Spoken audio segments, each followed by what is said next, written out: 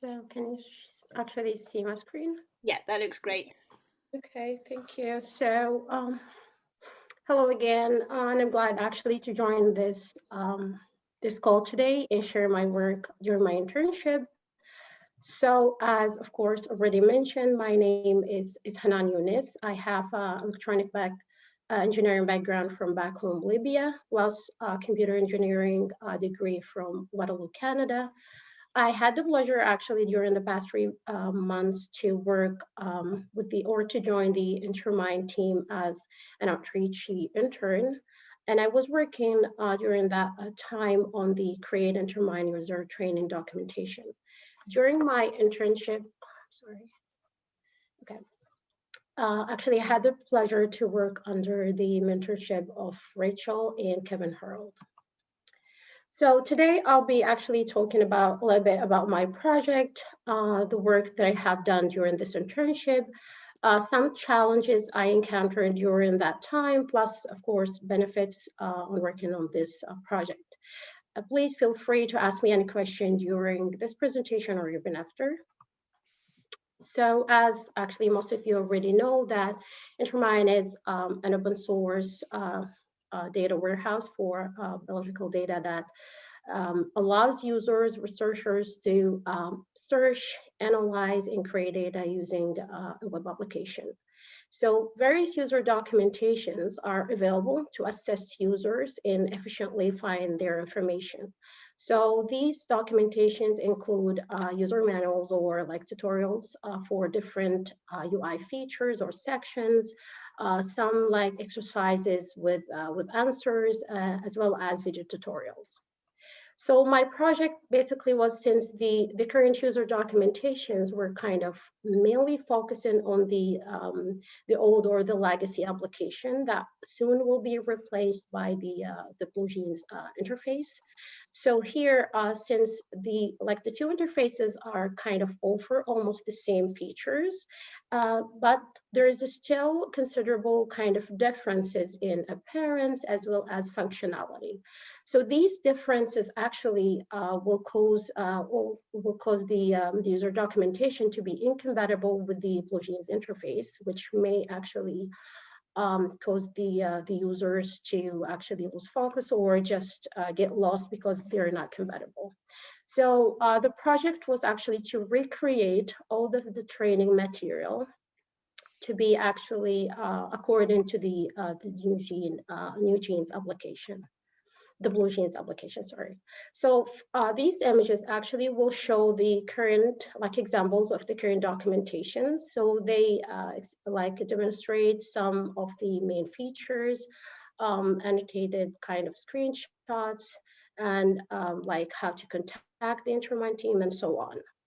So during the contribution phase of the Outreachy internship, I proposed, or I sent a proposal plus a project plan that mainly actually included 3 steps on how I see myself working in this project. So these steps actually, as shown, they're like explore, write, and demonstrate.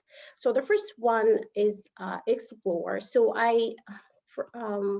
as a user, first, I had no previous experience with InterMine. I come from more electronic engineering background, so I had no exposure to biological data or data warehouses. So I needed actually to explore the training material plus the legacy web application, as well as the new interface, to grasp some understanding of the current kind of state, and to understand or to use it as a user. I also needed to take a look at the current user training material for inspiration about format, themes for the written text, the screenshots, as well as the video. And during the first actually 2 weeks of my internship, I needed to explore my tech stack, which is like the tools, softwares, things that I'll be working on to produce or to recreate all of the training material. So some of the tools that I actually explored, they were maybe divided into 3 kinds or types. So writing tools. So I started by exploring Hugo, which is a more static website generator. Um, and that offer lots of themes to write for writing like user documentation creator websites. I really like Hugo. However, I think for the sake of this project, search functionality plus producing a PDF output of the documentation was some kind of a requirement. So as suggested by my mentors, I checked also Gitbook, and I really like it. It's fairly new. However, I think it was easy. It supports Markdown. You could produce a PDF output of the documentation. It has a search functionality and lots more. It also could be integrated into GitHub, but it's a one-way kind of integration. Other tools that I explored were like imaging or like images editing tools. So as I actually focus more on the open source tools. However, I think there is two main issues with open source tools. The first thing is that the UI is very crowded. Most of the tools that I've used, like they have lots of features, lots of things that you can do with them. However, the user interface looks very scary, to be honest. So some tools I try to avoid, for example, like the Darktable. And then I moved to GIMP, which again was recommended by, I think, Kevin. GIMP actually was again a little bit crowded in the UI. However, it supported layering, which is something that I needed to create my annotated screenshots. The other tools that I explored were like video editing tools. I again explored an open source tool called OBS. And then I ended up actually using Camtasia, which is a paid video editing software that was used by the InterMine team. And it was absolutely very, actually, I had a very good experience using this one. So the second step of my work was like the actual writing. So as I said, I had no previous experience before. So I had first to start writing and create, of course, the user docs in MD, which is supported by Gitbook. I tried to start with simpler features, but before that, I started creating general kind of like sections, for example, the introduction, the getting started, the contact us, and so on. Then I moved to simpler features such as the keyword search. Then I was able to move to more advanced features like resource table or upload and list and so on. Like doing that made me or like helped me in understanding how to use the application, as well as creating a more like a clear layered screenshots to include. And of course, after each like section is done, I would just share with my mentors, I would review and add their feedback. The last step was to demonstrate, which is like more like preparing or producing the videos. So I started using the text that I produced in the second step and to create my video scripts. I then recorded the audio and added subtitles. And then I started the actual recording or the video. And then I would just end up by adding animations and special effects whenever applicable, such as, for example, highlighting a word, maybe zoom in a section or so. And again, after each submission, I would just review and incorporate my mentor's feedback. So the results, of course, I can't like include all of my work. However, here is like some examples of the sections that I produce using Gitbook. So as you can see that you could edit on GitHub, you could export as a PDF. There is kind of navigation on the right for different kind of mini sections within the same topic. On the left side, there are actually navigation to different sections as well. You could use icons, links, and videos, and so on. I also actually used GIMP to produce annotated screenshots that supports layer. So whenever I needed to make a change, I don't need to change everything. I just make the change to the layer, to one of the layers, and just produce the image. I also actually produce videos, for example, as this one, just to demonstrate either an overview of the application or just to talk more about certain like kind of sections. And as I said, I added effects, kind of text, of course, with a voiceover and subtitles as well. So during the internship, of course, I actually, I was able to follow my project plan, finish all the tasks plus some of the bonus tasks. However, I also encountered some kind of challenges, especially that the BlueJeans is still under development, which sometimes caused me to actually modify some sections or change screenshots, as well as the COVID-19 lockdown. So here in Canada, we went again under lockdown between December, which is the start of my internship, till actually the end of February or the start of this month, which means that the whole family were home. I had actually I was not able to work for a longer time without interruption. And I think the main challenge was listening to my own voice. That was a nightmare actually for me. So yeah, actually, believe it or not, it was so different in English, and I felt like it was a really strange actually. On the other hand, actually, I was lucky enough to learn different tools and software, gaining like lots of hands-on experience, how to work around problems, also being part of the very diverse and supportive community like the InterMine and the Outreachy community. At the end, actually, I'm very thankful to be here. Actually, I'm thankful for my mentors, Rachel and Kevin, for helping me out. Thank you. Thank you, Hannah. That's a really nice presentation. And I think you've done really, really well, especially given your circumstances of having children at home. I know how hard that is. It is. Well, it depends. Has anyone got any questions for Hannah?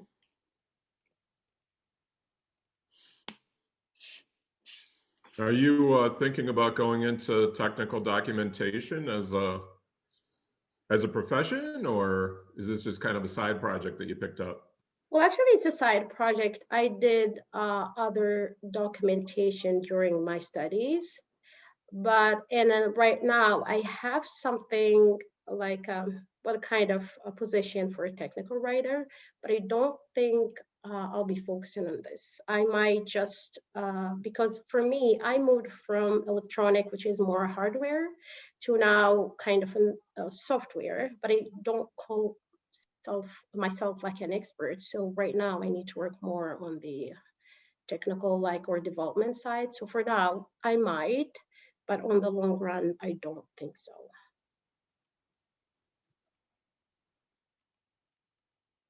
Great. Any other questions? Okay, thanks very much, Hanan. And we'll move to Medea. Medea, you're going to share your screen? No, oh no, I don't have a presentation slide, so I'm just going to give the presentation without the slide. Okay. You know, can I interrupt for 1 second? I had a question for Hannah, actually. Oh, sorry. Yes. Yeah, it's okay. I just thought of it, or I was trying to compose it in my head. Hannah, so one of the problems that I know everyone experiences, and I just want to kind of understand, your take on it, is the fact that you mentioned that because the software is still under development, the screens change from time to time. So then all of a sudden what you recorded before now is no longer current or relevant. Is that correct? Yes, some parts, yeah. And so do you have any ways to, minimize that that redoing cycle, or, like through your experiences, how did you manage that? Well, Or did you actually, just redo it every time it changed and you wound up doing the work, 3 times over? Well, actually, there are some situations where, for example, when I know there is a section that is under construction, I just try to avoid the things that are still developing. So I've tried to to focus on things that I know at least they'll be the same, even if changes are made. That saved me actually sometimes. And again, for example, for the screenshots, when I used layers, so this was the first time to use like layered kind of screenshot. So I Right. only change actually that layer that was affected. For example, if the text is the same, I just can't change the background image, for example. It's Right. still, again, the same. However, sometimes it's unavoidable. So I have Yeah. to remove sections.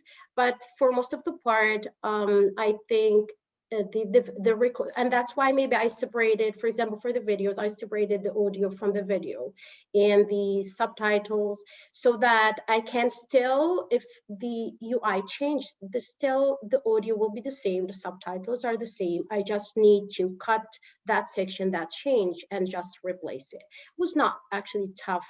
Most of the times, I think I was okay, and I'm usually kind of adopt to changes. However, there was only one time, I think the last week, I was kind of, I can't remember the word that I used, frustrated. Yes, that's the first time I felt like I used this word very correctly. Yeah, but yeah, other than that, it was a good learning experience. That all makes sense. Yeah, that seems reasonable. I just know people in general who do this sort of documentation, always are, forever trying to update things. So putting it on layers makes a lot of sense, and the same thing with your videos of doing it, separately in that regard. Thanks. Thank you Yeah. for the question. Great. So we'll move on to Medea. Medea, do you want to turn your video on? Hi, good evening.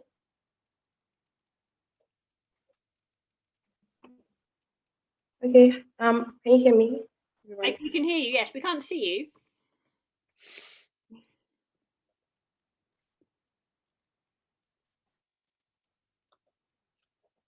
Okay. Do you want to? It's okay if you don't want to turn your video on. That's fine. But would you like to start? Okay, I hi, good evening. So I just finished shortly before the Outreachy program. I just finished my electrical electronics engineering degree here in Nigeria. So I worked with Daniela and Sergio on the updating of the current documentation and moving it to a new framework. So when we wanted to do that, the work was basically divided into 3 main parts. The first thing we had to do was convert all the files from RST, from structured text to Markdown. So I did that using Pandoc. However, Pandoc would only just convert a couple things, just change the format of the title and the format of the links. It would not really change the format of the tables and videos, images, and things like that. So after I did the bulk conversion using a batch script, I went on to go through each individual file to see if the files that were not properly corrected.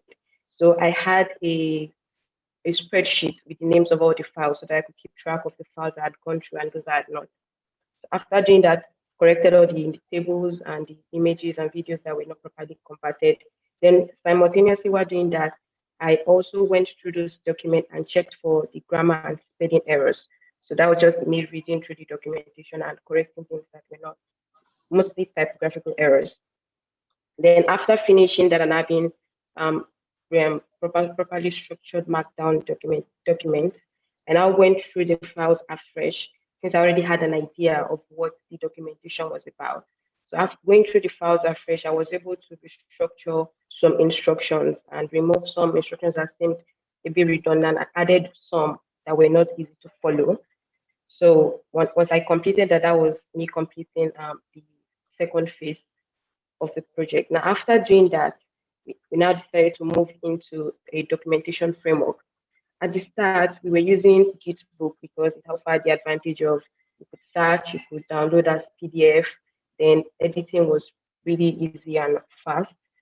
But unfortunately, about 2 weeks into using Gitbook, we noticed that some auto-generated reversing commits were done by Gitbook. So say the changes I made in week 1, then I go back to those documents and add some extra changes to those documents.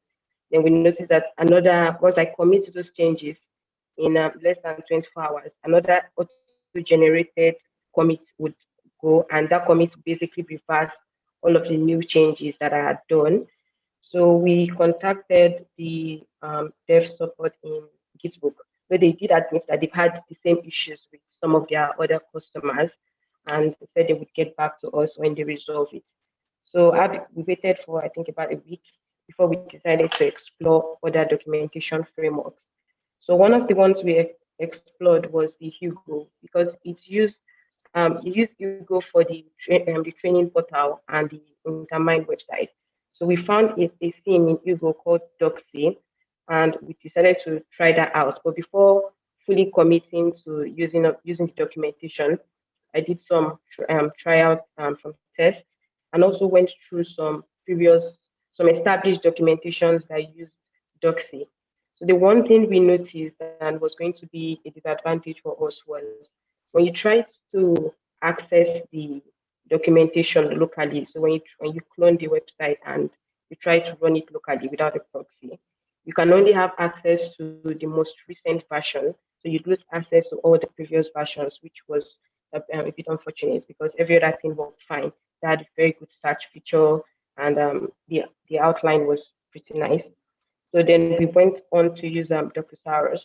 So for Docusaurus, your versions are stored in folders as against tags on GitHub. So your versions are stored in folders. So there's a folder that will be named version docs, and there will be another folder named version sidebars. So the sidebars are more or less your table of contents for your documentation. Then the actual folder named docs has the next documentation you want to work on. So it is the unreleased latest documentation. So if you decide to make changes to your documentation before releasing it, you would make those changes to the docs folder and not the version docs. So this worked, this checked all our boxes. We were able to search, like when you're viewing your documentation, you can search your current version, something that didn't seemed a bit very simple. That wouldn't be a problem, but that took a while for me to figure it out. So then also you can also set your search to search through all of the versions in case you want to see the instances in all the various versions. Then while working with Docusaurus, I encountered quite a number of challenges. The main one being before the internship, I only used to program using Python. However, the configuration files and the sidebars, basically all of the files apart from documentation files in the Docusaurus format used JavaScript. So I took a bit of time to just quickly get accustomed to JavaScript and was able to implement that after that. Then after we were able to fully have our documentation working on Docusaurus and gotten an okay from both Daniela and Sergio, then I was asked to remove all of the other files that were only related to the docs from the repository. So since they would not be useful anymore. So I did that. Then a couple of things that I learned during this was the act of troubleshooting, because irrespective of while trying to decide which framework we wanted to use, well, apart from Gitbook was a bit straightforward. But when I was trying to work with Doxy and Docusaurus, I had to go through some configuration files that I was not necessarily used to, some style files, CSS files, and things like that. So sometimes when I wrote things that I felt seemed follow the proper syntax and things like that, when I'm trying to build the documentation, there were always errors. So I really got better at troubleshooting errors and figuring out what was wrong and correcting them. Then since this was actually my first time working on an open source project, so I was not very fast with using Git. So I did get better using that. At the start, I had a lot of issues when I when I'm making my commits, I do them in bulk. So I would have made I would have made so many changes to different files before I decided to commit them. So when I get to Git, it's very difficult for either Daniela or Sergio to follow what I did. So what after doing the trial and error for about the first 2 weeks, so I decided to create another branch on my own cloned repository and now implemented in that length. Then also when I was trying to push, I had a couple errors, a couple failed push. When I created pull request and trying to merge, I had a couple failed matches and I figured out what was wrong. So I did get better using Git, then also using JavaScript. So since then, I've been, because when we're working with DocuSars, there was a format we wanted for the sidebars, but by default, the sidebars would kind of repeat. When I have a main sidebar, the next one, if I want to add a file, it will kind of repeat what the main name or the main section head is saying. So you can have a section head saying InterMine video collection. Then when you click the section head, you have the main folder, the main file saying InterMine video collection. So that seemed a bit redundant. So I had to go through the sidebars and kind of change the way I was initially writing the JavaScript and was able to correct that. So it was a really, really eye-opening experience, a really good experience, and the constant and very fast feedback I was getting from either Daniela or Sergio when I had issues was really, really helpful. So it was really, really helpful and really.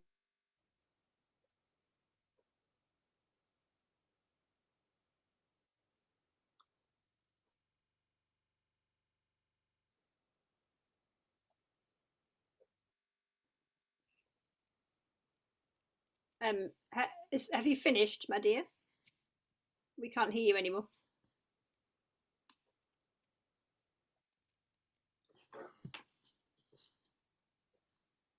Okay, thank you very much for a very detailed talk there on the things you've been doing. Has anyone got any questions for Medea?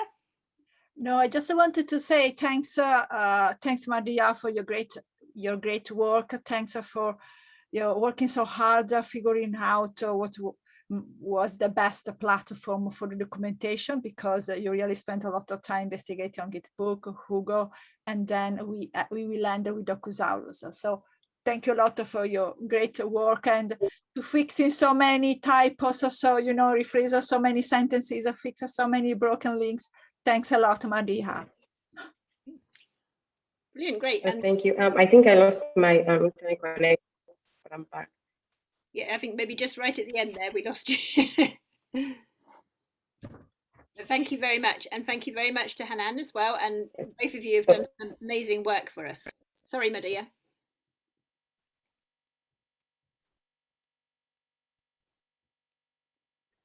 We can't hear you. Okay, I'm back. Thank you for the experience. Oh, I can hear you. Can you hear me now? We can hear you now, yes.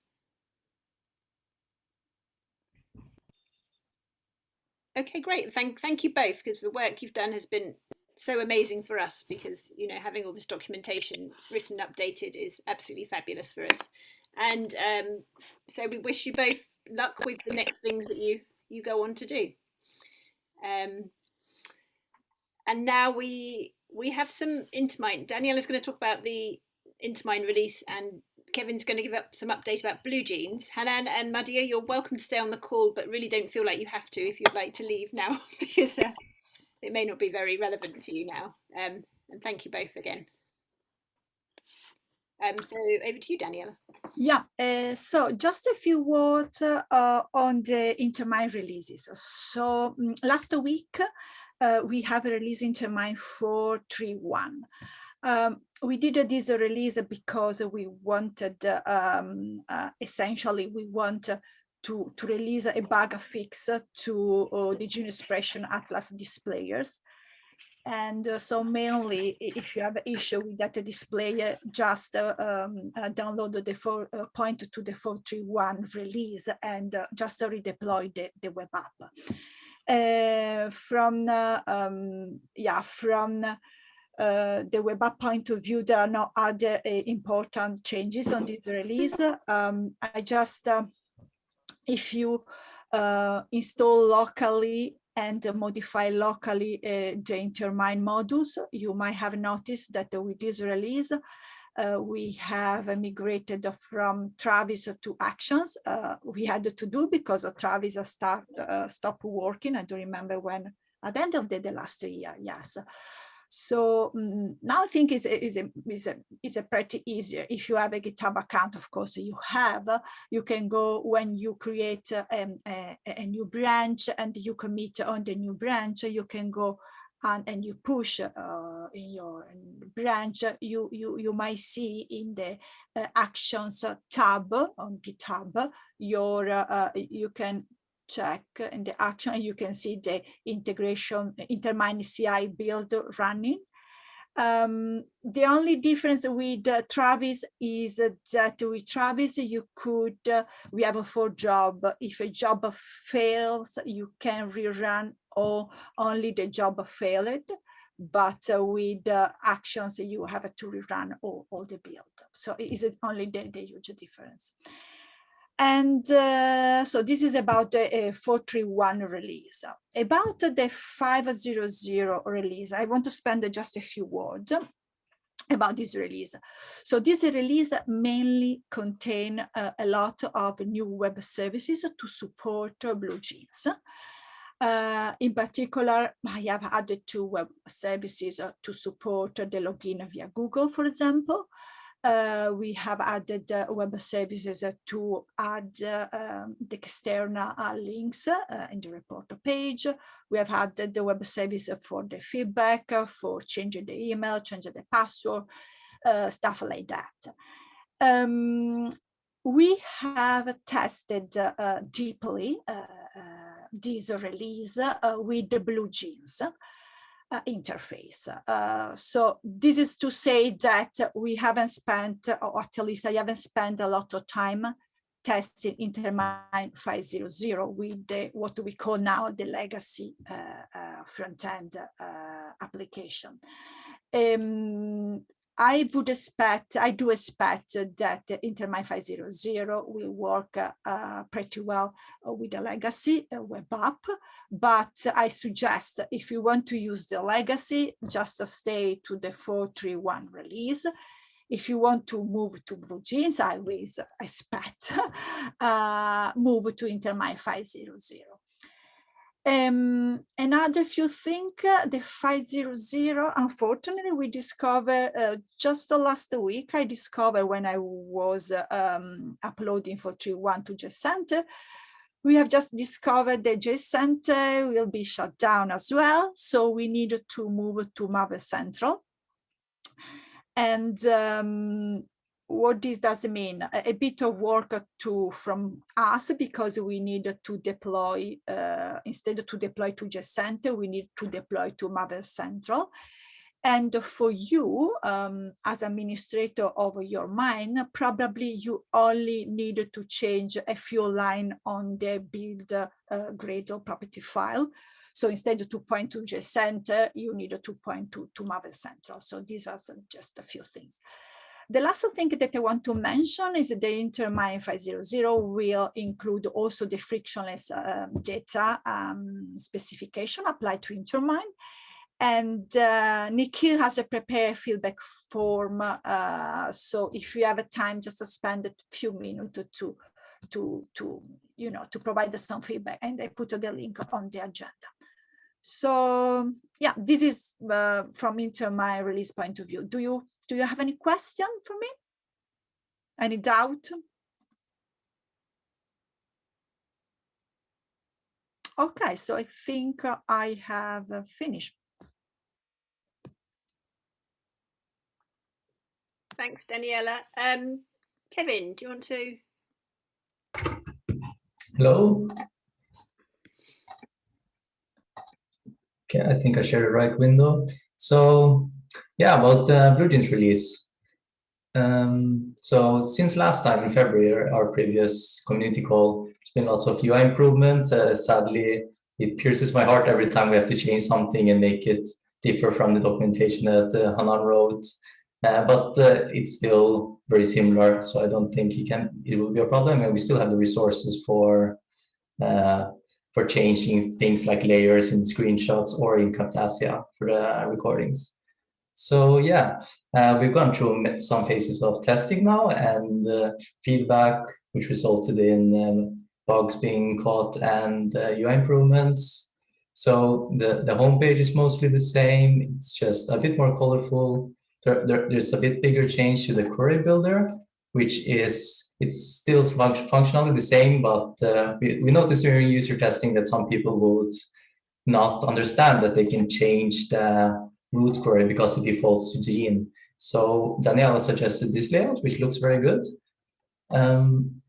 And when you select it, you will get the original one, just with the buttons being changed slightly differently.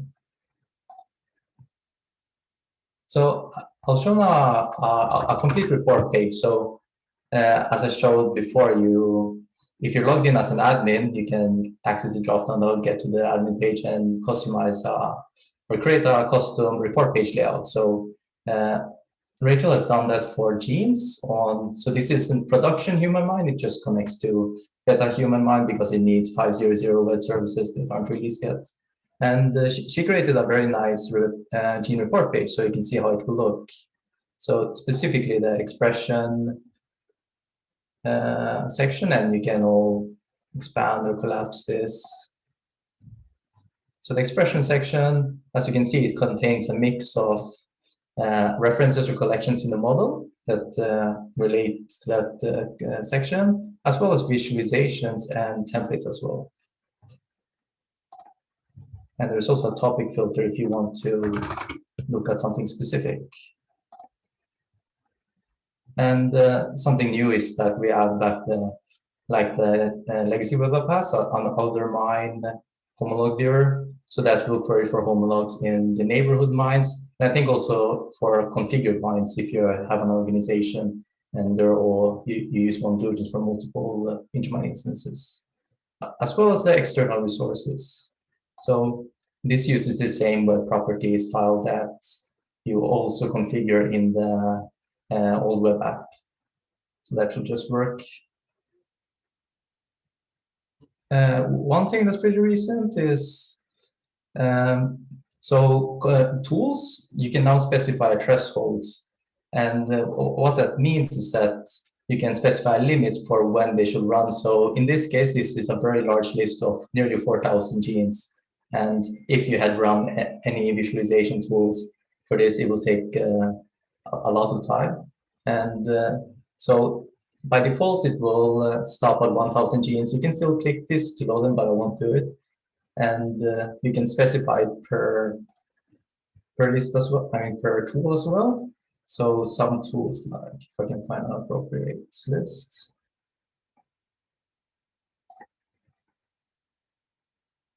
So some tools will load for, like this one. It's not as demanding as other ones I'll show you later. For this list of 157 genes, and if I find one, it's 39 genes, where all of them should load. So many of these visualizations are new as well. They were created during Outreachy last year by Sakshi, and some of them as well by Akshat the year before. And they're pretty nifty.